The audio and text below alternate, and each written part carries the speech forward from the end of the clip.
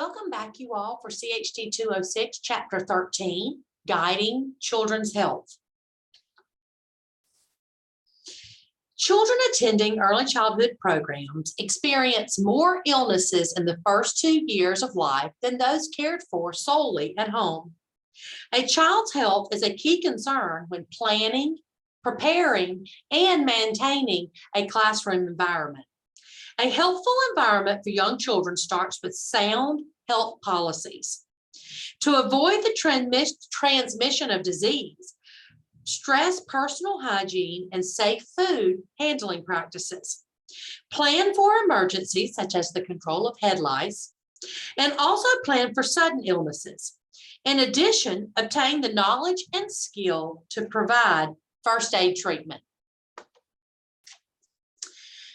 The concept of health extends beyond the absence of illness and disease to focus on physical, mental, and social well-being. Factors that affect one area of health also influence another. A child's heredity sets the limits for his or her health potential. Environment, however, plays an equally important role. These factors influence a child's diet, opportunities for exercise, and stress level.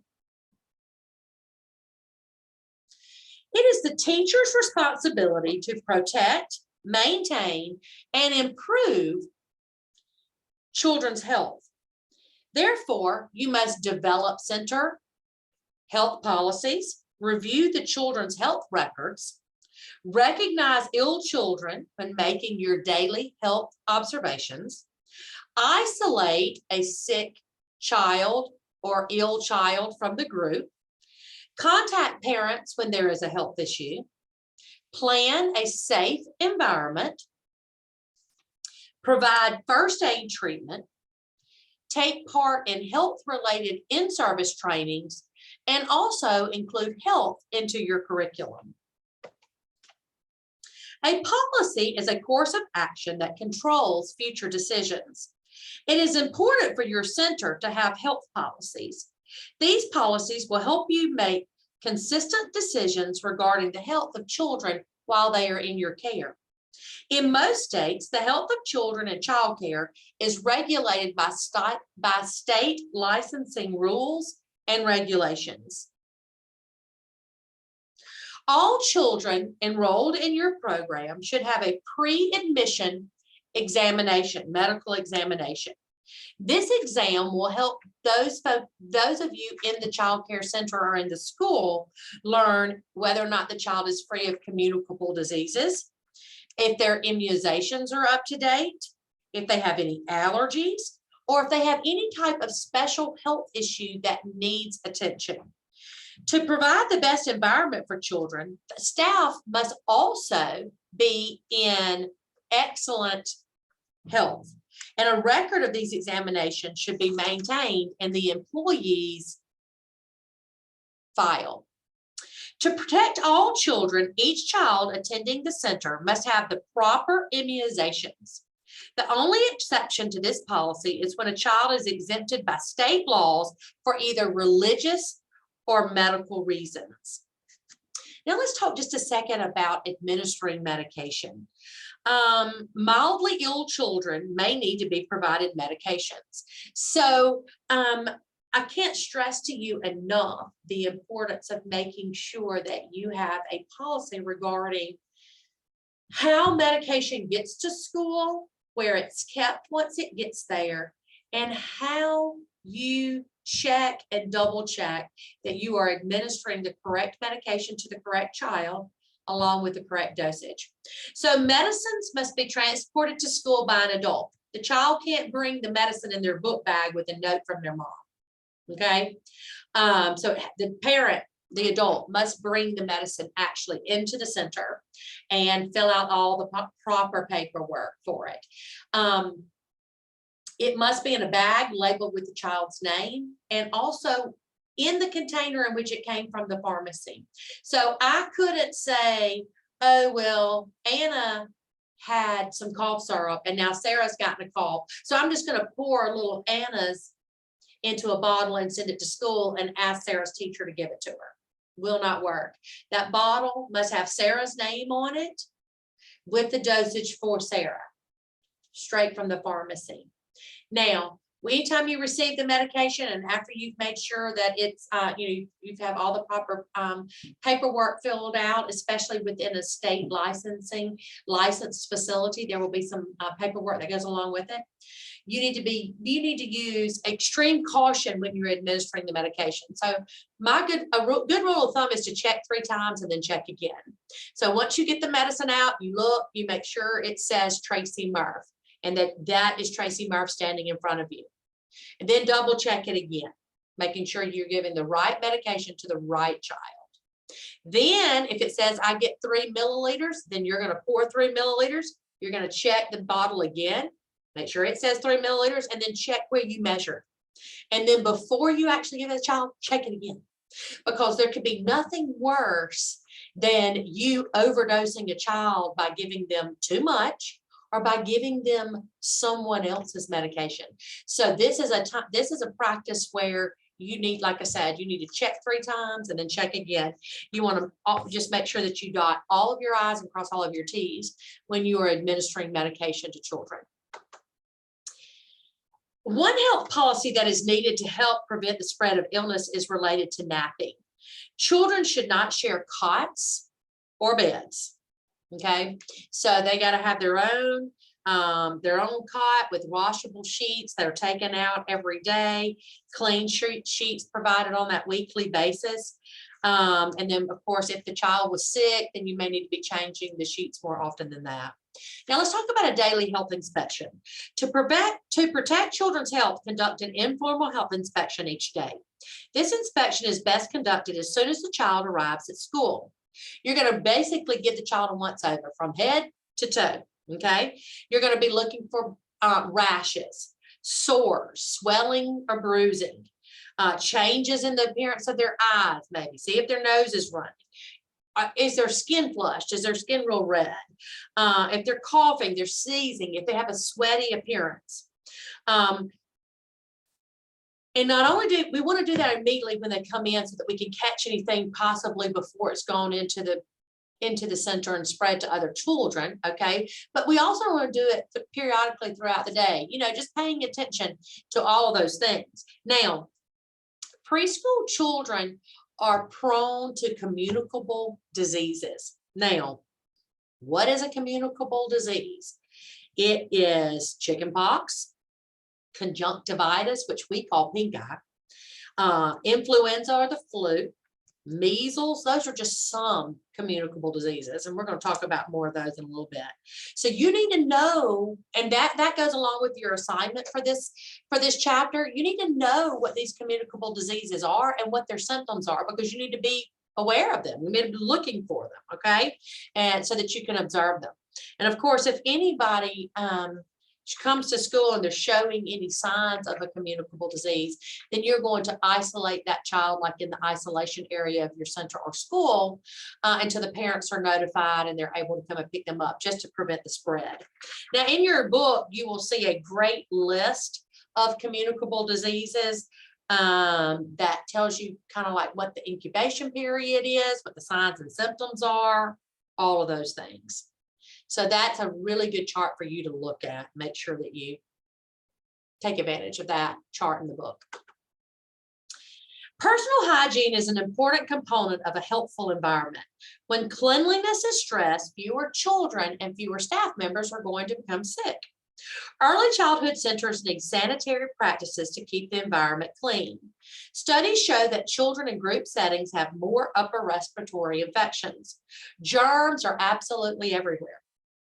Young children have not learned good hygiene practices. They drool, they sneeze in their hands, they put their hands in their mouths, they put toys in their mouths. So we want to make sure that we practice and try to instill in them that good personal hygiene. Hand washing or hand hygiene is one of the most important steps to avoid illness and spreading germs. We need to make sure that we're emphasizing to all staff members the importance of proper hand washing while working with children. So not only want to try to teach the children how to do proper hand washing, but also our staff to do the same. Hand washing helps prevent the spread of contagious diseases within the early childhood center. Young children should never be provided with hand sanitizer, and that's one of the main things that we see a lot, right? But they are not as effective as soap and water. Hand sanitizer is not, and moreover, there are risks associated with using hand sanitizer. They are made with a high percentage of alcohol and may be harmful to young children if swallowed. This is a significant risk with young children as they often put their hands in their mouths. The transmission of diseases in a child care center occurs from the contamination of hands, toys, the diapering table, high chair trays, and kitchen counters, food preparation equipment, all the things. Okay, so you're just going to have germs from all over contaminated areas. After each use, toys in an infant and toddler room must be cleaned and disinfected. So basically, if they are diapered infants or diapered toddlers, after they finish playing with the toy, we need to clean it. Stuffed animals need to be washed, taken home. If you don't have a washer and dryer at the center, taken home with someone and washed on a weekly basis. Toys for non-diapered toddlers must be cleaned weekly when soiled. And then, of course, here again, you're going to have your state licensing agency. There's probably going to be some policies and regulations regarding sanitizing and disinfecting of the toys or the things that are within the children's reach. Sanitizing is designed to remove dirt or soil and a small amount of bacteria. All surfaces that food touches needs to be sanitized. However, disinfecting is a little different. It is the process of eliminating germs from surfaces. Typically, we're going to use a bleach solution for disinfecting surfaces in order to make sure that they're disinfected and we eliminate those germs. Now, prevention of exposure of blood. There are so many cases in early childhood centers and schools who are dealing with children where there's going to be blood. Okay, they're going to fall down, scrape their knee, blood. They're going to have a bloody nose, blood. It's just so many opportunities for that to happen. So in the last 20 years or so, we have teachers have really been encouraged and must now play by OSHA rules. Okay, so OSHA stands for the U.S. Department of Labor's Occupational Safety and Health Administration. That's what it stands for. And they're responsible for protecting worker safety. And so federal laws have been passed to protect staff from accidental exposure to blood-borne pathogens. So we call this universal precaution, okay? I think they call them universal standard procedures, but you're going to hear it called universal precautions. One reason is, I'll tell you when they kind of came about was when we first started hearing about AIDS and HIV in schools, because children were, being born with HIV, hepatitis B, any kind of disease that could be carried within their blood. Okay, so one of the things that universal precautions tells us is that you should consider all bodily fluids, blood, urine, feces, snot, whatever, anything, any bodily fluid to be potentially infectious and contaminated. Okay, now that doesn't mean we don't help the children. We just say, oh, well, you're bleeding, you stand over there. That's not what that means. Okay, what we're saying is you got to wear gloves, you got to be protected, you just got to think about those kinds of things. So most often you're going to see disposable latex gloves. They're going to be at the diapering area, they're going to be in just every classroom. So let's just say a child falls, scrapes their knee. You have a first aid kit in your classroom. Before you run over to help them clean the scrape off, put the Band-Aid on, you're just going to put some latex gloves on. Then you're going to go about doing all the same things. When we take the glove off, we're going to use one hand, and then we're going to use the other hand and fold it in. Okay. And if you're taking this class in person, we're going to practice doing that. Now, I just mentioned the first aid kit. First aid is the immediate treatment given for injuries and illnesses. And that can even include treating life-threatening injuries or illnesses, okay? You're gonna need some first aid training, and by the time you get to CHD 215, you're gonna take a first aid CPR course, okay? Now, every classroom needs a first aid kit, and every month you need to look at your kit. If you run out of Band-Aids, you need to get some more. If you run out of an alcohol pad or gauze or whatever, you need to replace it. That kit needs to be stored out of the reach of children, but not in a locked cabinet. Okay, so we want to maybe keep it up high, but easily accessible, because you got a locked cabinet and there is a need, maybe an injury treatment. What if it is a life-threatening and you've got it locked up? Then you got to go look for the key. Okay, so out of the reach of children, but not in a locked cabinet. Wounds. A wound is damage to the surface of the skin or body tissue. You have two types: a closed wound, open wound. Closed wound typically presents itself as a bruise. It involves the soft tissue under the skin. Open wound is going to be a cut or a scrape. And then an abrasion is simply the scrape that damages a portion of your skin. Now, while choking can occur among people of all ages, children are at the highest risk of choking. Young children are more likely than adults to put small objects such as toys, buttons, coins in their mouths.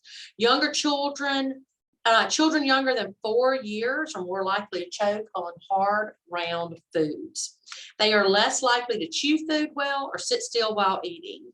And children are also more likely to stuff their mouths with too much food. So we may see, more of a potential for choking risk. So look in your book, you'll see a choking hazards list. It will list for you the foods and then also the toys. So that's one thing we want to make sure of, especially those foods. If you are providing snacks for children, you're going to want to probably make sure that you're not serving snacks like that. A lot of times we may give children a hot dog. I can remember this, and we slice them like dimes. Okay. Well, that is just the right size to get lodged into the throat, cause choking.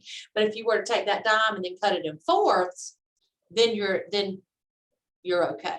So we have to think about things in that sense. Okay, like how can we make them less of a choking hazard? Now, children are going to become ill at school. That is just what happens, okay? However, when they need to be moved immediately to an area by themselves, and we call that the isolation area. A lot of times people see the word isolation area, they think it's when children are being bad, we put them in isolation. No. Isolation areas for children who are sick. We're going to use a digital thermometer to check their temperature. And of course, then we're going to contact that parent. They may have been, they may have the temperature, they may vomit, they may have diarrhea, whatever it might be that has caused them to become ill. What if they developed, all of a sudden they developed the signs of something like pink eye, like their eyes just getting really red, they're scratching and it's running. We know it's a communicable disease. So therefore we're going to isolate them, call their parent to come and pick them up. Now, here again, most state licensing procedures will have a policy about this, and almost all schools do as well. That let's say you send a child home with a fever. That child cannot come back to school. They must be fever-free without medication, meaning you can't give them Tylenol and Motrin and then say they don't have a fever. So they must be fever-free for 24 hours without any kind of medication before you can send them back to school, because that, what that says is, most of the likelihood that they could spread it to others if they've been fever-free for 24 hours, okay, is the chances are a lot less, and therefore the other children within your center will be, hopefully not get it. So what did we learn? This was a lot to take in. Children's health can be protected, maintained, and improved in many ways during each day at a center. It is an important part of the teacher's job. The best way to begin guiding children's health is by setting health policies. Policies might include requiring all children enrolled to have medical exams and immunizations. Contacting parents about health-related issues should also be addressed in your health policy. The second step in guiding health is having knowledge of various illnesses and diseases. You will need to know how to control transmittable illnesses and diseases. Keeping the center sanitary is one important aspect of controlling the spread of disease. You will also need to know what steps you should take in caring for children who are injured or become ill while they are in your care at the center. Protecting, maintaining, and even improving health is a major responsibility of the teacher. The teacher is trusted with the well-being of the children in his or her care.